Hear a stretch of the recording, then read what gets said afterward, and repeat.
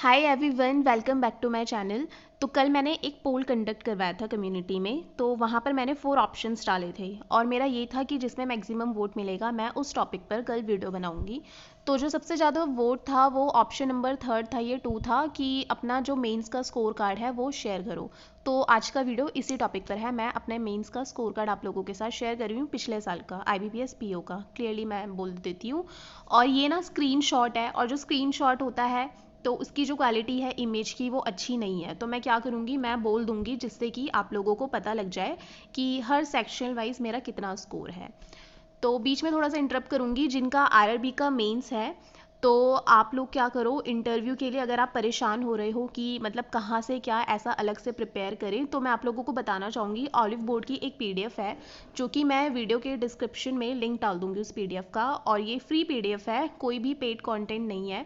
तो आप लोग वहाँ से उस लिंक से उस PDF को डाउनलोड करो और डेली के 15 से 20 क्वेश्चन उससे प्रैक्टिस करना स्टार्ट कर दो। लास्ट ईयर मेरे इंटरव्यू में इस PDF का एक बहुत ही मेजर रोल था, क्योंकि होता क्या है, जब आप ज़्यादा से ज़्यादा क्वेश्चंस आपको पता लगेंगे ना किस किस तरीके से पूछा जा सकता है, आपका जो कॉन्फिडेंस है ना वो अंदर से बिल्डअप होगा।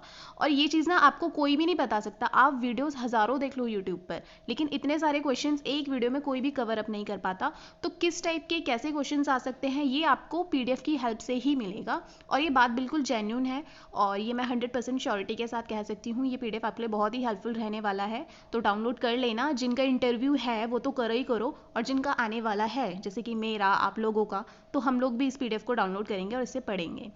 तो चलो फिर अब मैं बताती हूँ आपका अपना सेक्शनल वाइज स्कोर। तो सबसे पहले रीजनिंग का बताती हूँ। रीजनिंग में मेरा जो स्कोर था ये था 14.50, 14.5 नंबर, जो कि बहुत कम था। क्योंकि जिन्होंने मेरे प्री के स्कोर कार्ड देखे होंगे, अभी जितने भी मतलब मैंने प्री दिए थे उनमें से जो भी मेरा क्लियर नहीं हुआ था, बट रीजनिंग में मेरा सबसे ज़्यादा स्कोर था।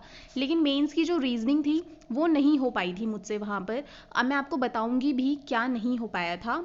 1 साल पुरानी बात है, बट जहाँ तक मुझे याद है मैं आप लोगों को बता देती हूँ। तो देखो, रीजनिंग जब वहाँ पर खुली थी ना तो सबसे पहले पजल्स खुली और क्रिटिकल रीजनिंग था, थोड़ा बहुत मिसलीनियस था।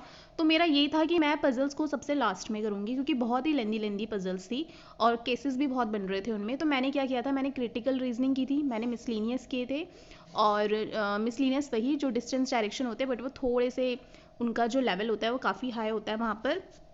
तो आप लोग भी यही करना, ठीक है। और एक मेरे को अच्छे से याद है, मैंने एक पजल की थी और स्कोर कम मेरा इसलिए आया क्योंकि मुझे जहाँ तक याद है क्रिटिकल रीजनिंग में मेरे रॉन्ग हुए होंगे, क्योंकि मैंने वो सारे अटैम्प्ट कर डाले थे। क्योंकि मुझसे और पजल्स बन नहीं रही थी, तो जो मुझे लगा कि एटलीस्ट मैं इसमें तो ट्राई करूँ, तो मैंने वो किया था। उसके बाद मैं आपको बताती हूँ करंट अफेयर्स का। तो करंट अफेयर्स में मेरा बहुत ही कम स्कोर था, जो कि था 5.75।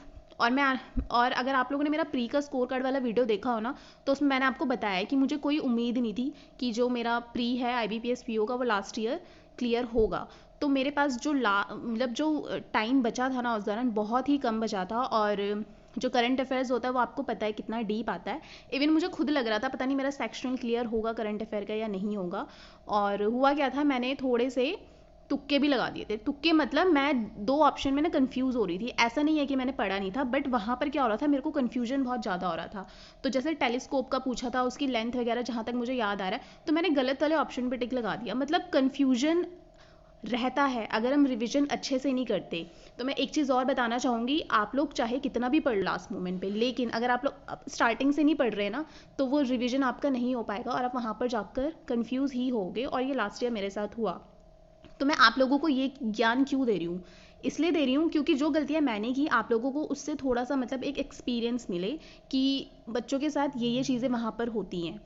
उसके बाद इंग्लिश का बताऊंगी। इंग्लिश में जो मेरा स्कोर था ये था 25.25, जो कि मैं सेटिस्फाइड थी क्योंकि मेरी इंग्लिश उतनी अच्छी नहीं थी। मैंने बहुत बहुत बहुत मेहनत करके अपनी इंग्लिश को इम्प्रूव किया है और उसका रिजल्ट मुझे मिला। और जिस दिन मैंने इसके सेक्शन वाइज इंग्लिश का स्कोर देखा था ना, मैं बता नहीं सकती, मैं इतनी खुश हुई थी कि वाह यार 20s में आ गए। हालांकि स्टूडेंट्स के 30s में आते हैं। कोशिश मेरी ये रहेगी कि इस बारी मैं 30 में तो लेकर आऊँ, बट मेरा 25 स्कोर आया था तो मुझे बहुत सही लगा था। उसके बाद क्वांट, मेरी जो क्वांट है ना मुझे वीक लगती है, आई डोंट नो वाई। मतलब प्री की नहीं, मेंस की। और क्वांट जब मैं वहाँ पर कर रही थी ना, तो मतलब मुझे वो सही लग रही थी, वो डुएबल लग रही थी। डुएबल कैसे लग रही थी, वहाँ पर ना चूज़ करना पड़ता है। 4 DI थी, 4 DI में से मुझसे 1 DI हो गई थी। उसके बाद वहाँ पर वो वाले क्वेश्चंस होते हैं, क्या कहते हैं उन्हें, डेटा सफिशिएंसी के होते हैं, क्वांटिटी बेस्ड वाले होते हैं, मिसिंग सीरीज़ भी थी, थोड़ी सी हाई लेवल की थी वो, तो मैंने उस टाइप के क्वेश्चंस वहाँ पर किए थे। तो मेरा क्वांट में स्कोर आ गया था 18, जो कि मुझे लगता है बहुत सही था मेरे अकॉर्डिंग, क्योंकि ये पीओ का एग्ज़ाम है, मेरी क्वांट इतनी खास नहीं है। और उसके बाद अब बात करते हैं डिस्क्रिप्टिव राइटिंग की। तो डिस्क्रिप्टिव राइटिंग में ना मैंने घर से बहुत प्रैक्टिस की हुई थी, मेरे को ये था मैं 20 नंबर तो डिस्क्रिप्टिव राइटिंग में खींचूंगी ही खींचूंगी। बट वहाँ पर क्या हुआ, मुझसे कमेंट सेक्शन में बहुतों ने भी पूछा कि क्या हुआ। देखो हुआ क्या, जब मैं लेटर टाइप कर रही थी तब तक सब कुछ सही था, बस एक जो की होती है एंटर की काम नहीं कर रही थी, और बैक स्पेस वाली की काम नहीं कर रही थी। तो मुझे एंटर जब प्रेस करना था ना, जैसे मुझे नेक्स्ट लाइन में जाना था, तो मुझे बहुत दिक्कत हो रही थी। तो मैंने उनको बोला कि मैं क्या करूँ, तो उन्होंने मुझे बताया कि इसके साथ ये करो, तब जाके आप नेक्स्ट लाइन में जाओगे। ठीक है, तो चलो लेटर तक तो मैंने जैसे तैसे मैनेज कर लिया, और वो जो प्रॉब्लम थी ना वो मेरे ही सिस्टम में पता नहीं क्यों थी, और जैसे ही ऐसे की टर्न आई वो सिस्टम ही हैंग हो गया, स्टक्ड, मतलब कोई भी की प्रेस नहीं हो रही। मैं ए प्रेस कर रही हूँ, मैं एस प्रेस कर रही हूँ, कुछ भी वहाँ पर प्रेस नहीं कर रहा। और आप लोग बिलीव करो या ना करो, मेरे 5-6 मिनट वहाँ पर वेस्ट हो गए। और आपको पता है मैं ना उस वहाँ पर सबकी ना, मतलब जब लोग एग्जाम दे रहे थे cut cut cut cut cut cut, सब लोग टाइपिंग कर रहे थे और मैं रुकी हुई थी, मैं उन लोगों को चिल्ला रही थी आओ मेरा सिस्टम ठीक करो। बट पता नहीं, अगर किसी को पता हो ना, कोई देहरादून से हो, तो यूआईटी ये यूनिवर्सिटी है, वहाँ पर मेरा मेंस था, और मतलब वो मेरी ज़िंदगी का सबसे बुरा दिन था। तो मतलब मैं रो भी रही थी और मैं टाइप भी कर रही थी, जब लास्ट के मेरे पास 5-6 मिनट बचे हुए थे ना। और फिर जैसे तैसे मेरा जो ऐसे था ना, ये आता है 250 वर्ड्स का, और मैंने पता है कितने वर्ड्स का लिखा था, 150 वर्ड्स का। तो मेरे को ये था पता नहीं मेरा डिस्क्रिप्टिव चेक होगा या नहीं होगा, बहुत बहुत ज़्यादा जो एक होता है ना डर बैठ गया था उस दिन। मतलब मुझे रियलाइज़ हुआ कभी कभार हम लोग कितनी भी मेहनत कर लेना, तो एक जो बदकिस्मती होती है ना वो आगे आई जाती है, टपक ही जाती है कहीं ना कहीं, किसी ना किसी मोड़ पर। तो सेंटर भी कभी कभार बहुत रिस्पॉन्सिबल होता है इन चीज़ों के लिए। उन लोगों को पता होना चाहिए ना, अगर उनके सिस्टम ख़राब है तो पहले से सही करके रखो। बंदे का डिस्क्रिप्टिव राइटिंग है, अब ऐसा तो है नहीं ना कि वहाँ पर एमसीक्यू हम लोगों को टिक लगाना है। तो आप लोग अपना सिस्टम अपडेट क्यों नहीं करते। और उसके बाद मैं आप लोगों को बताऊँगी, मैंने एक वो भी कंप्लेन भी किया था आईबीपीएस की वेबसाइट पे, कोई रिस्पॉन्स नहीं, कुछ नहीं। अगर मेरे पास उसका जवाब पड़ा होगा ना, मैं आप लोगों को स्क्रीनशॉट दिखाऊंगी उसका। तो मैंने अपनी स्टोरी बता दी आपको डिस्क्रिप्टिव राइटिंग में मेरे साथ क्या हुआ था।